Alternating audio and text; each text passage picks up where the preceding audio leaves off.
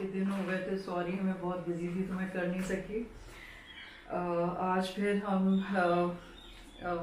MCQs कर लेते हैं मेडिसिन के, जो सीरीज़ 9 है ये।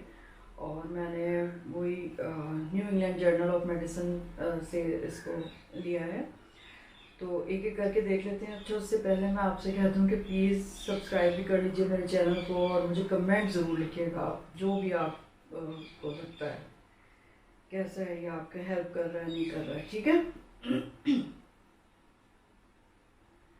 तो पहला MCQ जो मैंने लिया है, MCQ नंबर 40 हो गया ये, ठीक है।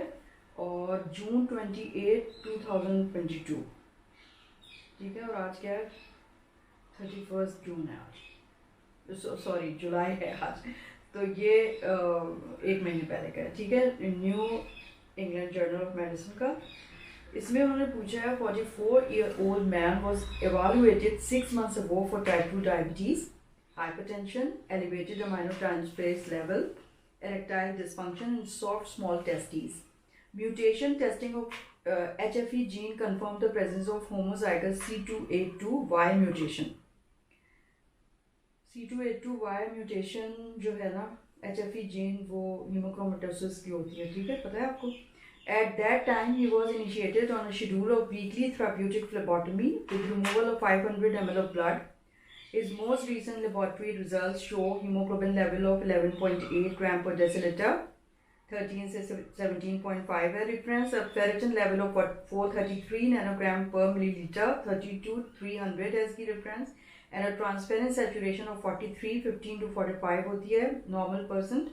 He is currently asymptomatic. Which one of the following next step is most appropriate in this patient's care? Number 1, discontinue phlebotomy and restrict dietary iron intake. ये करेंगे आप कि phlebotomy उसकी discontinue करते हैं. B, perform CT of the liver. C, discontinue phlebotomy and begin iron chelation therapy. Number D, D है discontinue phlebotomy and initiate vitamin C supplementation. अच्छा, और E है कंटिन्यू थेराप्यूटिक फ्लेबोटमी। क्या करेंगे, तो डिसकंटिन्यू करने की तो कोई ज़रूरत नहीं है अभी।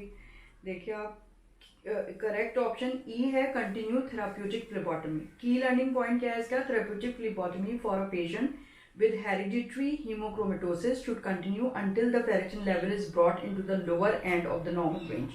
तो अभी lower end of the normal range में नहीं आया है ना, सही है, तो कंटिन्यू करते रहेंगे आप।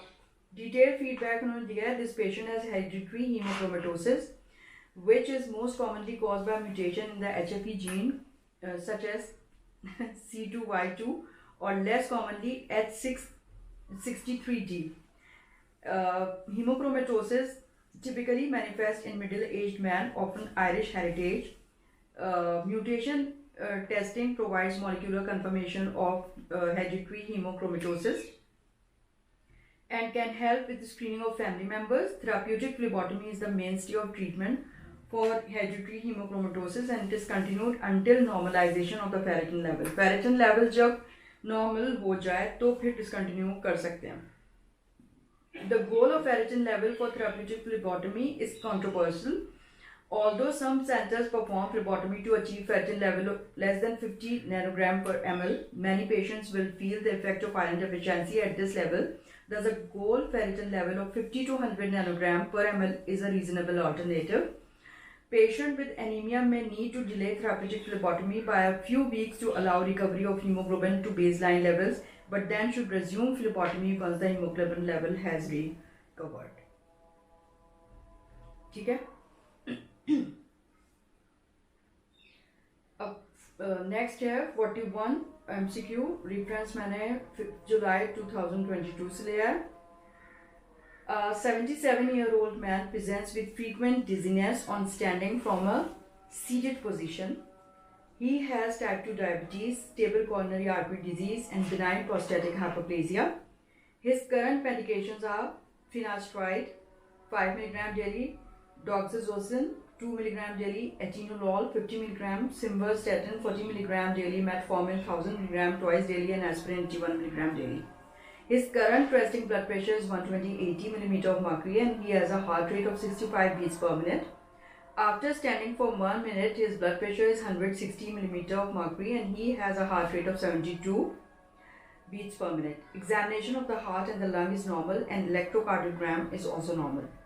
अब पूछ रहे हैं वो कि which one of the following changes in this patient medical regimen would be most appropriate.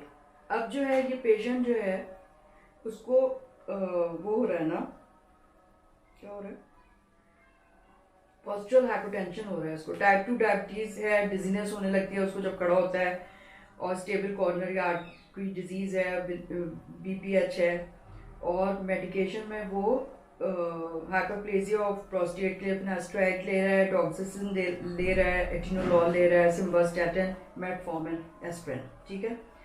अब रेस्टिंग प्रेशर तो नॉर्मल है, लेकिन जब वो खड़ा होता है ना तो फिर उसका लो हो जाता है ब्लड प्रेशर, ठीक है। हार्ट लंग सब नॉर्मल है, ECG भी नॉर्मल है। विच one of the following change in this patient medical regimen would be most appropriate. Number A है उसका initiate फ्लूड्रोकॉर्टिसोन, B discontinue finasteride, C increase salt and water intake, D discontinue doxycycline, और E है discontinue atenolol। तो क्या करेंगे आप? Correct option इसका है D discontinue doxycycline। की लर्निंग पॉइंट इसका है the medication change that should be made for an older man with coronary artery disease, benign prostatic hyperplasia, and type 2 diabetes who has a postural dizziness and who is taking finasteride, doxycycline and atenolol is to discontinue doxycycline, क्योंकि finasteride तो वो ले रहे हैं ना, तो आप दूसरा अल्फा ब्लॉकर। डिटेल फीडबैक उन्होंने दिया है कि alpha 1 adrenergic antagonist which relax smooth muscle in the prostate and the bladder neck are often prescribed for patients with benign prostatic hyperplasia. However, orthostatic hypertension is a relatively common side effect with two such agents, doxycycline and terazosin. Several other alpha blockers, tamsulosin, alfuzosin, and silodosin, are more selective for prostate tissue and are thought to cause less orthostatic hypotension. If the orthostasis is resolved and urinary symptoms worsen, a cautious trial of one of the selective agent could be considered. यानी कि doxycycline बंद कर रहे हैं अगर हम, तो ये जो सेकेंड लाइन के हैं ना, tamsulosin और alfuzosin and silodosin, वो हम ट्राई कर सकते हैं इसमें। Finasteride reduces prostate size by inhibiting 5-alpha reductase. This drug does not cause orthostatic hypotension. तो finasteride से ये नहीं होता। Beta blockers such as atenolol may contribute to hypotension through negative inotropy in patients with decompensated heart failure or by causing excessive bradycardia in patients with conduction system disease. However, beta blockers generally do not cause profound orthostatic blood pressure change. तो beta blocker हालांकि करते हैं hypotension, लेकिन डीकम्पनसेटेड heart failure हो या excessive bradycardia हो रहा हो उन पेशेंट में ज़्यादा होता है, तो फिर इसको बंद करने की ज़रूरत नहीं है। वैसे भी इसको स्टेबल एंजाइना भी है, तो बीटा ब्लॉकर तो उसको देना ही चाहिए इस पेशेंट को। Because this patient has diabetes, he is at increased risk for orthostatic hypotension secondary to autonomic dysfunction. Increasing salt and water intake or initiating systemic mineralocorticoid fludrocortisone would be appropriate treatment for selected patients with autonomic orthostatic hypotension. However, these treatments should be considered for this patient only if his orthostatic hypotension does not respond to withdrawal of doxycycline. मतलब ये कि अब diabetic है तो इसको autonomic neuropathy भी तो हो रही होगी ना, तो ऑटोनॉमिक न्यूरोपैथी की वजह से अगर हो रहा है ऑर्थोस्टैटिक हाइपोटेंशन, तो उसमें फिर मिनरलोकॉर्टिकोइड या फ्लूड्रोकॉर्टिसोन आप दे सकते हैं, लेकिन सबसे पहले आप वो वाली दवाई बंद करें जिसकी वजह से जो उसका साइड इफेक्ट है ऑर्थोस्टैटिक हाइपोटेंशन। अगर वो विड्रॉ करने के बावजूद भी वो ठीक ना हो, तो then you can give a trial of fludrocortisone in this patient, otherwise not. Next MCQ है 42, रेफरेंस मैंने वही New England journal of medicine से लिया है, मार्च 25, 2021, मतलब पिछले साल का है। Which one of the following initial treatment is most appropriate for a 57-year-old runner who reports lateral hip pain and has tenderness on palpation along the region of the greater trochanter. ये मैंने इसलिए रखा आपके लिए कि patients ना इस तरह के जब आप FCPS कर लेंगे इंशाल्लाह ताला, जब आप कंसल्टेंसी कर रहे होंगे तो आपके पास बहुत सारे इस तरह के पेन के और इसके आ रहे होंगे ना पेशेंट्स, तो आपको फिर पता होना चाहिए ना ये सारी चीज़ें सही तरीके से। तो एक 57-year-old मेल रनर है, लेटरल हिप पेन हो रहा है उसको और टेंडरनेस भी है उसके पैल्पेशन जब आपने किए along the region of the greater trochanter, तो क्या करेंगे उसके लिए ट्रीटमेंट के लिए? Initial A activity modification non steroidal anti inflammatory therapy, B low energy shockwave therapy, C endoscopic bursectomy, D ultrasound guided glucocorticoid injection into the trochanteric bursa, E neurolysis of the lateral femoral cutaneous nerve. तो कौन सा option होगा? मेरे काम तो मेरे पास अगर ये पेशेंट आएगा तो मैं उसको कहूँगी भाई activity modification non steroidal anti inflammatory drugs ही दूंगी मैं उसको, मेरे ख्याल में तो सबसे पहले। तो करेक्ट ऑप्शन यही है कि A activity modification and non steroidal anti inflammatory therapy. की लर्निंग पॉइंट इसमें क्या है? The best initial treatment for greater trochanteric pain syndrome is activity modification and non steroidal anti inflammatory therapy. कोई सा भी आप पेन किलर दे दीजिए। Detail feedback उन्होंने दिया है कि the differential diagnosis of lateral hip pain includes greater trochanteric pain syndrome, formerly उसको कहते थे trochanteric bursitis, iliotibial band syndrome, gluteus medius tendon dysfunction and meralgia paresthetica. तो इन 4 चीज़ों में से कोई हो सकती है अगर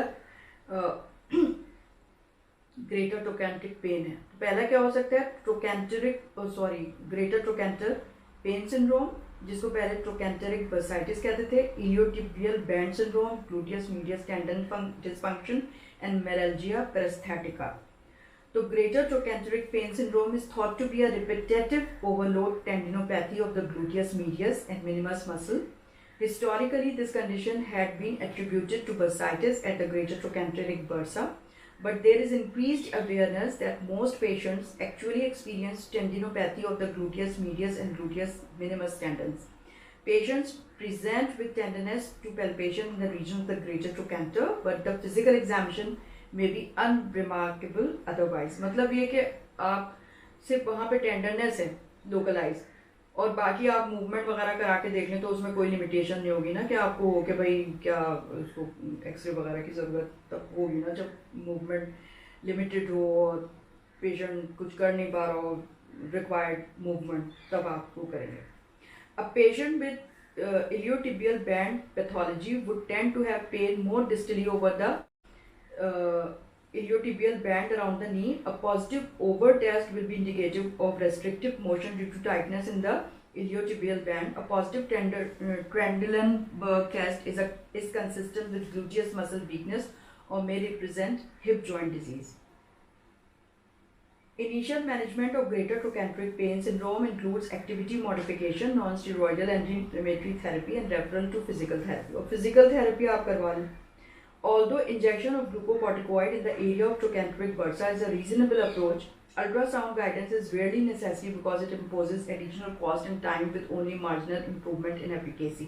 पहले आप non steroidal anti inflammatory drugs ही दें, उसको फिजिकल थेरेपी कराएं, फिजियोथेरेपी, और उसको मतलब ये कि जो भी उसकी मॉडिफिकेशन है रूटीन का रनर है वो तो वो ना करे, कुछ दिन रेस्ट करे वो. तो अगर उससे सही नहीं होता तो फिर उसकी नौबत आती है कि भाई ग्लूकोकॉर्टिकॉइड इंजेक्शन ट्रोकेंट्रिक बर्सा में दिया जाए, तो वो तो फिर ऑर्थोपेडिक सर्जन ही देगा ना, हम तो नहीं देंगे.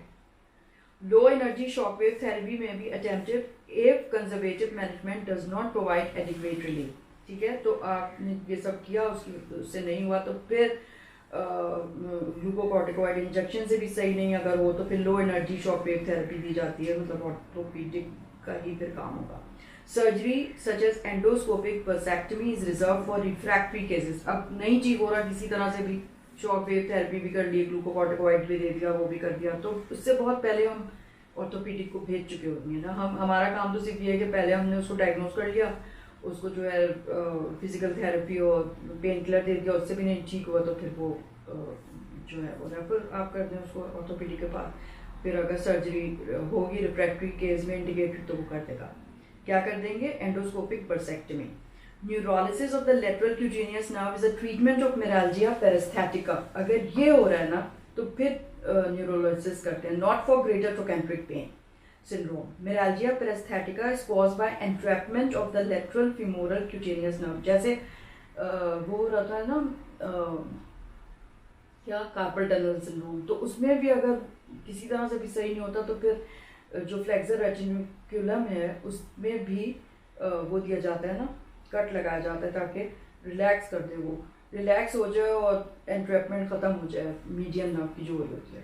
तो इसी तरह से इसमें भी जो है entrapment of lateral femoral cutaneous nerve की वजह से होता है। Patient with this condition will often experience pain, numbness, paresthesia over the upper outer Thai.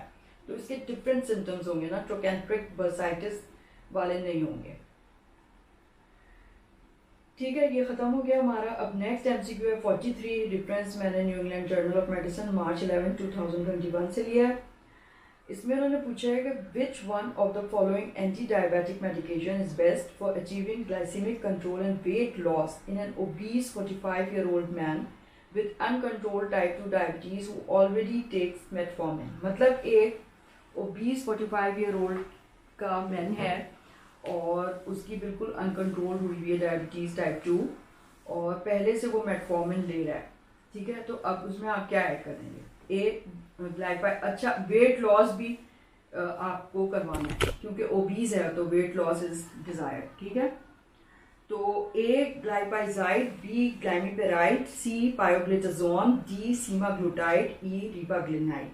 अब आपको पता होना चाहिए कि इसमें से कौन सा वेट गेन करा रहा है, कौन सा वेट लॉस करा रहा है, तो आप कर सकते हैं। अब क्या है करेक्ट ऑप्शन, डी है इसका, सीमाग्लूटाइड।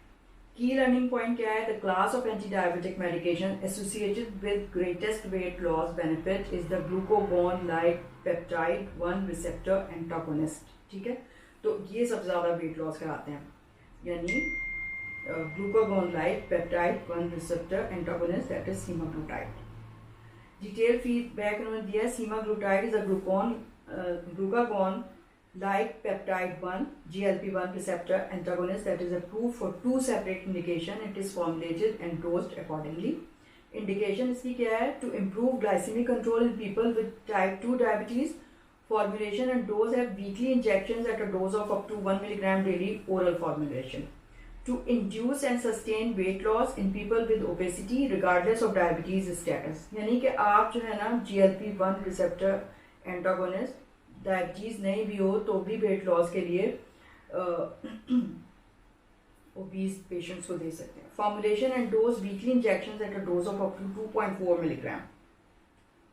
In a study comparing 1 milligram dose of semaglutide with 2 to 2.4 milligram dose among people with type 2 diabetes and BMI more than 27, कितना होता है नॉर्मल 24.9, बस ये उसके लिमिट है। The average loss of body weight at 68 weeks and 7% with 1 milligram dose and 9.6% with 2.4 milligram dose. Other trials of the 2.4 milligram dose have shown an average weight loss of 14% to 17% among individuals with or without diabetes. ठीक है, तो GLP-1 inhibitors can be used to reduce weight loss in obesity or in patients without diabetes or with diabetes अगर वो obese हैं। Another GLP-1 receptor antagonist, liraglutide, is also approved for both type 2 diabetes and weight loss, but as daily rather than weekly injections. The weight loss seen with this agent at the higher dose used for weight loss is around 6.4 over 68 weeks, 6.4%. Given its positive effects on both glycemic control and obesity, a GLP-1 receptor antagonist such as semaglutide is a good choice for this patient. A sodium glucose transporter 2 SGLT2 inhibitor might also be a good option as these oral agents are associated with an average weight loss of 3 kg over 12 weeks. Medication options that are weight loss neutral such as peptidase, DPP4 inhibitors are also available. Pioglitazone is the thiazolidinedione class of antidiabetic medications which can cause weight gain due to fluid retention and an increase in subcutaneous adipose tissue. तो ये तो बिल्कुल भी नहीं देंगे और वैसे भी हार्ट फेलियर में ये कॉन्ट्राइंडिकेटेड भी होता है और फ्लूइड रिटेंशन कर रहा है, वेट भी बढ़ाता है, तो आप ओबेसिटी में नहीं देंगे। Glypizide and glimepiride, which are both sulfonylureas, cause increased insulin release from beta cells। और इंसुलिन जो है वो मतलब एनर्जी कंजर्विंग हार्मोन है, तो फिर वो तो बढ़ाते ही रहेगा सबस्ट्रेट एनर्जी को और इंक्रीज वेट करेगा। Although sulfonylureas can be effective in lowering blood glucose, they often cause weight gain. तो ये वेट गेन कराते हैं हमेशा जब वो 20 पेशेंट आते हैं, तो हम इसमें से यानी जो sulfonylureas हैं वो नहीं देते हैं वो 20 पेशेंट को, हम जो है वो मेटफॉर्मिन से स्टार्ट करते हैं। Rebaglinide, an anti-diabetic agent in the meglitinide class, stimulate the release of insulin from pancreatic cell, beta cell, and would not be expected to cause weight loss। जब ये भी इंसुलिन निकाल रहा है, इंसुलिन का काम वेट बढ़ाना है, तो वेट ही बढ़ेगा रीबाग्लिनाइड से, ठीक है। तो इसमें यह है कि आप मोटे मोटे जो साइड इफ़ेक्ट्स हैं ना सारे, उसके आपको अच्छी तरीके से आने चाहिए। और ये ऐसी चीज़ें हैं कि आपके पास जब आप कंसल्टेशन स्टार्ट करेंगे इंशाल्लाह ताला, और अभी भी पेशेंट्स जो आप देख रहे हैं, तो फिर आपको जो है ना वो पता होना चाहिए कौन सी ब्लड बंद करते हैं, कौन सी ऐड करते हैं वगैरह। Which one of the following, reference इसका मैंने New England journal of medicine July 14 से लिया 2022। पूछ रहे हैं कि which one of the following management approaches is most appropriate for a woman with type 1 diabetes complicated by diabetic nephropathy, stage 3B chronic kidney disease and hypertension, who has persistent proteinuria and a blood pressure of 140 by 85 mm of mercury while taking hydrochlorothiazide 25 mg daily plus lisinopril 40 mg daily। अब देखें बहुत गौर से आपको पढ़ने की ज़रूरत है उसको। इसमें उन्होंने बताया कि एक औरत है, उसको टाइप 1 डायबिटीज़ है, कॉम्प्लिकेशन हो चुकी है diabetic nephropathy, 3B chronic disease kidney की हो चुकी है, हाइपरटेंशन है, परसिस्टेंट प्रोटीनयूरिया हो रहा है, ब्लड प्रेशर भी उसका देखें बढ़ा हुआ है 140/85, और वो हाइड्रोक्लोरोथाइजाइड ले रही है 25 मिलीग्राम की प्लस लिसिनोप्रिल, यानी एस इनहिबिटर ऑलरेडी वो ले रही है हाइड्रोक्लोरोथाइजाइड के साथ, और अच्छी खासी मैक्सिमम डोज में लिसिनोप्रिल ले रही है डेली, ठीक है। अब उसका ब्लड प्रेशर देख लें, अब भी बढ़ा हुआ है। ए, replace hydrochlorothiazide with canagliflozin। फिर बी है option, replace hydrochlorothiazide with spironolactone। सी है add amlodipine to current therapy। D है add losartan to the current therapy। ई है add एलिस्केरिन टू करंट थेरेपी। अब इसमें देखें आप एकदम से आप ये ना समझें, आप यहाँ पे प्रोटीन यूरिया अगर बताया हुआ है कि परसिस्टेंट हो रहा है तो आप खटाखट लोसार्टेन लिखते हैं। लोसार्टेन क्यों नहीं होगा ऑप्शन, इसलिए कि पहले से वो एक एस इनहिबिटर ले रही है, तो ARB आप क्यों देंगे, वही मतलब एंजियोटेंसिन रिसेप्टर ब्लॉकर एक इनहिबिटर वो पहले ही ले रही है, तो आप मिलाएंगे तो कभी भी नहीं, ठीक है। तो लोसार्टेन तो उसका सही ऑप्शन नहीं है, लिसिनोप्रिल। अच्छा, हाइड्रोक्लोरोथाइजाइड को रिप्लेस करने की स्पाइरोलेक्टोन से कोई ज़रूरत नहीं है, तो इसका करेक्ट ऑप्शन है add amlodipine to current therapy. की लर्निंग पॉइंट क्या है, although inhibitors of renin angiotensin aldosterone system are first line anti hypertensive agent patient with diabetic kidney disease और proteinuria, but these agents should not be combined. अब एक वो ले रही है तो आप दूसरा कंबाइन नहीं करेंगे उसके साथ, ठीक है। प्रोटीनयूरिया के लिए हम हमेशा होता है ना ARB या एस इनहिबिटर हम देते हैं, तो देने की जरूरत नहीं है क्योंकि वो एस इनहिबिटर पहले से ले रही है। डिटेल फीडबैक क्या बताया, in patient with diabetes mellitus who develop diabetic kidney disease with persistent proteinuria, a key goal of therapy is to prevent progression of their kidney disease. Intervention with proven benefit include intensively controlling blood pressure and hyperglycemia। Kidney की जो failure या उसकी जो function को आपने preserve करना है, तो आपको ब्लड प्रेशर की रिडक्शन दरकार है, ठीक है, और हाइपरग्लाइसीमिया को कंट्रोल करें, तो ऑटोमेटिकली उसका प्रोटीनयूरिया कम हो जाएगा। This patients blood pressure is not control, another antihypertensive agent should therefore be added। In patients with diabetic kidney disease who have persistent proteinuria, first line antihypertensive agent is either an angiotensin converting enzyme inhibitor or an angiotensin receptor blocker. However, this patient is already taking lisinopril at the maximum dose. Adding another inhibitor of the renin-angiotensin aldosterone system, such as losartan, eliscarin, or spironolactone, is not recommended. Although combination therapy with two drugs that block RASS will reduce proteinuria to a greater extent than monotherapy, Dual blockage of renin-angiotensin system is more likely to cause symptomatic hypotension and hyperkalemia than monotherapy, and has been associated with worse clinical outcomes in several trials. तो दोनों को मिला के कभी नहीं देना चाहिए. In the on-target trial, which included a large number of patients with diabetes, combination therapy with ACE inhibitor plus an ARB was associated with higher incidence of adverse renal outcomes other than monotherapy. अब monotherapy भी अगर आप दे रहे हैं तो उससे hyperkalaemia होता है आपको, मतलब ये कि फिर चेक करा के देखना चाहिए ना. अगर 2 देंगे तो कितना हाइपरकैलेमिया हो जाएगा उसको.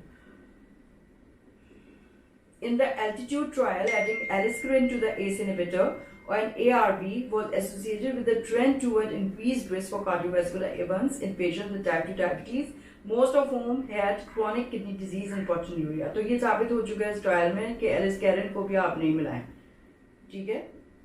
Given these data, the most appropriate next step for these patients to add an antihypertensive agent with a different mechanism of action such as the calcium channel blocker amlodipine. तो देखें, जब भी आपने ब्लड प्रेशर कंट्रोल करना हो तो उसमें कोई एक वो तो नहीं है कि हम आपको बता दें कि भाई बस जो भी आया आप उसको ये वाली दवा आपने देनी है. आप देखें तो उसको क्या क्या चीज़ें और कोमोर्बिड क्या है, उसके हाइपरटेंसिव है तो उसके साथ एंजाइना भी है, उसके साथ उसको डायबिटीज़ भी है. तो बहुत सारी चीज़ें देख के फिर हम सेलेक्ट करते हैं ना. ये तो नहीं कि एक ही दवाई हर एक को दिए जा रहे हैं. Glycemic control through any means is also beneficial in this setting. ठीक है. तो वो blood pressure control and glycemic control are the two factors which can control ultimately the kidney deteriorating kidney function. In patients with type 2 diabetes, there is an evidence that sodium glucose co-transporter 2 (SGLT2) inhibitors can improve albuminuria beyond their effect on glucose control. These medications would be good addition for a patient with type 2 diabetes who has proteinuria despite a full dose of ACE inhibitors. However, these agents are not FDA approved for use in type 1 diabetes and they confer a small risk of euglycemic diabetic ketoacidosis. तो FDA ने approve नहीं किया, बहरहाल इसका ये होता है तो फिर ना ही करें इसको. अब नेक्स्ट है MCQ हमारा, मेरा ख्याल है कि लास्ट है. हाँ, ये मैंने पता है इसलिए आपके लिए किया है कि बहुत सारे पेशेंट मेरे पास आ रही होती हैं, औरतें बेचारी जिनको ये प्रॉब्लम होती है. ठीक है. तो इसलिए मैंने ये रखा है आपके लिए. MCQ 45 reference new England journal of medicine, और पिछले ही हफ्ते ये आया था 14 जुलाई 2022. मेरे पास तो है फीमेल आती हैं इस प्रॉब्लम के लिए. A 35-year-old man reports 2 weeks of persistent perianal pain that worsens with defecation. He also notes small amount of bright red blood on the toilet paper after wiping. He denies abdominal pain or diarrhea. He has not seen any blood in the toilet bowl and reports no anal trauma. Physical examination reveals a superficial linear tear in the posterior anal midline. Which one of the following approach is the most appropriate for the initial management of this patient? ये मैंने आपके लिए इसलिए रखा है कि आप ये ना समझें कि भाई ये तो पेशेंट बस पेरिएनल पेन के साथ आ रहा है और ये तो फौरन ये जो है वो सर्जन को रेफर करते हैं. आप भैया आपके पास आ गया है, ठीक है, उसको नहीं पता था कि उसको कहाँ जाना है, ये आ गया और ये काम तो फिजिशियन का है कि पहले वो इसको ठीक करने की कोशिश करे. ठीक है. क्योंकि मेरे पास इतनी पेशेंट्स आ रही होती हैं जिनको ये हेमोरॉइड्स या एनल फिशर तकलीफ में होती हैं, कुछ पता नहीं होता. लेडी डॉक्टर के पास अब मेरे पास आ गई हैं. ठीक है. अब अभी पिछले हफ्ते ही मैंने एक पेशेंट देखी थी, तो उसको इतनी प्रॉब्लम बेचारी को हो रही थी, तो उसको यही था, यानी क्या पेरिएनल पेन था और लीनियर टियर तो नहीं था उसको. जब मैंने एग्जामिन किया तो tightly closed constricted external anal sphincter था उसका. जब तकलीफ होती है ना फिर जो है वो रिफ्लेक्स कंस्ट्रिक्शन हो जाती है. ठीक है. तो कुछ भी नज़र नहीं आ रहा और उसको कोई वो भी नहीं हो रहा था, यानी कि इसमें तो उसने बताया कि थोड़ा सा ब्लड भी आता है उसके वाइपिंग में टॉयलेट पेपर पे, लेकिन उसको नहीं थी ऐसी कोई. लेकिन एग्जैक्टली यही केस था वो. आप क्या करेंगे, botulinum toxin injection into the anal sphincter क्योंकि वो टाइट हो जाता है anal sphincter. B, mesalamine suppositories and low fat diet, ये आप उसको कहेंगे कर लो. C surgical referral for a sphincterotomy, फौरन आप सर्जन के पास भेज देंगे। D topical nitroglycerin ointment. E sitz bath and fibre supplementation. क्या करें? इसका ऑप्शन है E sitz bath and fibre supplementation. ठीक है, कॉन्स्टिपेशन नहीं होना चाहिए उस पेशेंट को, और सिप्स बाथ उसको करवाएं तो वो ठीक हो जाएगी। अगर उसको प्राइमरी एनल फिशर होगा तो वो हील हो जाएगा। की लर्निंग पॉइंट क्या है? The most appropriate initial management for an acute anal fissure is conservative therapy with sitz bath and fibre supplementation. आप ये ना समझें कि आप उसको बस फौरन जो है वो सर्जन के पास भेज दें, पहले आपको ट्राई करें उसको सही करने की। अच्छा, इसलिए कि कंजर्वेटिव ही ट्रीटमेंट होती है, सर्जन भी कोई उसकी स्फिंक्टेरोटमी करने में नहीं लग जाएगा। डिटेल फीडबैक क्या है? Anal fissure can be diagnose on the basis of history and examination findings alone. अब मैंने जो एग्जामिन किया था तो टाइटली क्लोज स्फिंक्टर तक कुछ दिख ही नहीं रहा था। Patient with anal fissure typically reports perianal pain with defecation and can have small amounts of blood on the toilet paper after wiping. Primary anal fissures are usually secondary to trauma, यानी कि अगर बहुत ज्यादा constipation हो तो उसी के trauma की वजह से हो जाता है। The resulting anal mucosa tear leads to high sphincter tone. देखिए स्फिंक्टर टोन कितनी हाई हो जाती है, और spasm and secondary local ischaemia हो जाता है। The increased sphincter tone results in pain, impaired healing and further tearing of the mucosa with subsequent bowel movement। तो आपको ये चीज देखनी चाहिए ना, तो ये मैंने इसलिए पहले मुझे लगा कि सर्जरी करा मैं ये क्यों ऐड करूँ, लेकिन मैंने कहा नहीं ये बहुत जरूरी है। देखिए आप further evaluation of anal fissure is not necessary. अभी तो आपने कुछ दिखा ही नहीं है आपको, unless the patient is a non healing fissure. पहले आप उसको कंजर्वेटिव थेरेपी करके तो देखें ना, अगर नहीं ठीक होता है तो फिर आप सर्जन के पास भेजें। मल्टीपल फिशर्स हो या तो हीलिंग नहीं हो रही हो, और ऑफ द मिडलाइन फिशर होगा। मिडलाइन है most primary anal fissures occur in the posterior anal midline. जो प्राइमरी फिशर है ना एनल मिडलाइन में होती है। Finding suggest this suggest an underline disease such as Crohn's disease, यानी कि अगर Crohn's disease, tuberculosis, syphilis, HIV infection, anal carcinoma, इसमें सेकेंडरी फिशर्स हो रहे होते हैं जो मिड लाइन नहीं होते हैं। ठीक है, the most appropriate initial therapy for an acute anal fissure is conservative aimed at reducing the spasm and preventing further injury. Initial treatment includes sitz bath. Sitz bath क्या होते हैं? Sitting in a water up to the hips. तो patient को आप पूरा explain करें कि भाई एक कोई इस तरह की बाल्टी तो नहीं, मेरा ख्याल है तसला ले अपने साइज का, उसमें पानी भरे नीम गर्म, और फिर उसमें 2 टाइम सुबह और रात में 20-20 मिनट बैठे। तो अब water up to the hips to reduce sphincter tone, उससे रिड्यूस हो जाएगी after defecation, and fibre supplementation to soften the stool and prevent constipation. बस ये 2 चीजें करनी है। उससे अगर प्राइमरी फिशर होगा तो वो हील हो जाएगा, उसको कोई सर्जन के पास जाने की जरूरत नहीं पड़ेगी। Topical nitroglycerin, which increases local blood flow and lowers the anal sphincter pressure, can be effective but has side effects such as headache, so it is not used as first line therapy। तो nitroglycerine तो वैसे भी जब हम angina के लिए भी दे रहे होते हैं सब लिंगुअल, तो हेडेक होता है ना सिवियर, फिर आहिस्ता आहिस्ता जो पेशेंट लेता रहता है तो खत्म हो जाता है। लेकिन आपको इस तरह की चीज नहीं देनी चाहिए कि एक पहले ही उसको पेरिएनल पेन था, आपने उसको हेडेक भी दे दिया। ठीक है, botulinum toxin injection can be used to manage chronic fissures. Chronic अगर हैं नहीं ठीक हो रहे हैं, surgical referral is reserve for patients in whom conservative measures fail. अगर आपने जो है उसको सिट्स बात भी आपने करवाए, पेशेंट ने किए, और कॉन्स्टिपेशन भी उसका डील हो गया, फिर भी नहीं उसका सही हो, तो फिर वो सर्जन के पास चल जाए। ठीक है, अदरवाइज कितने पेशेंट आ रहे होते हैं, उनको आप कम से कम सिट्स बात तो भाई बता दीजिए।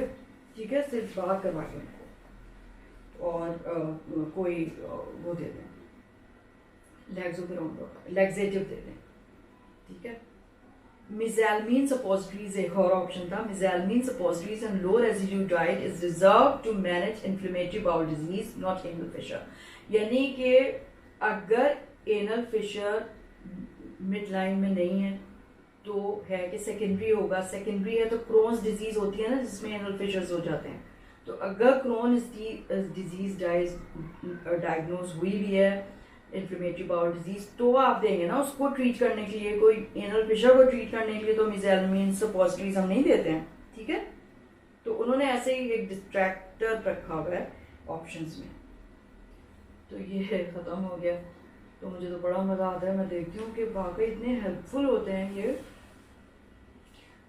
MCQ मैं करती हूँ बहुत अच्छे। फिर मैं कहती हूँ कि क्योंकि मैं डेली जो पेशेंट्स देख रही हूँ ये इनकम रेंज में आ रहे होते हैं, तो आपको क्या करना है, मतलब ये कि ब्लड प्रेशर जो है अगर कंट्रोल नहीं हुआ हुआ तो कैसे आप मेडिसिन से उसको कर सकते हैं, और कौन सी दवा कब देनी है, क्या क्या कोमॉर्बिड्स देखने हैं ग्लाइसेमिक कंट्रोल के लिए, और क्या ADA की गाइडलाइंस हैं। 120/80 से भी कम होना चाहिए ब्लड प्रेशर उन लोगों का जिसको डायबिटीज़ है, ठीक है।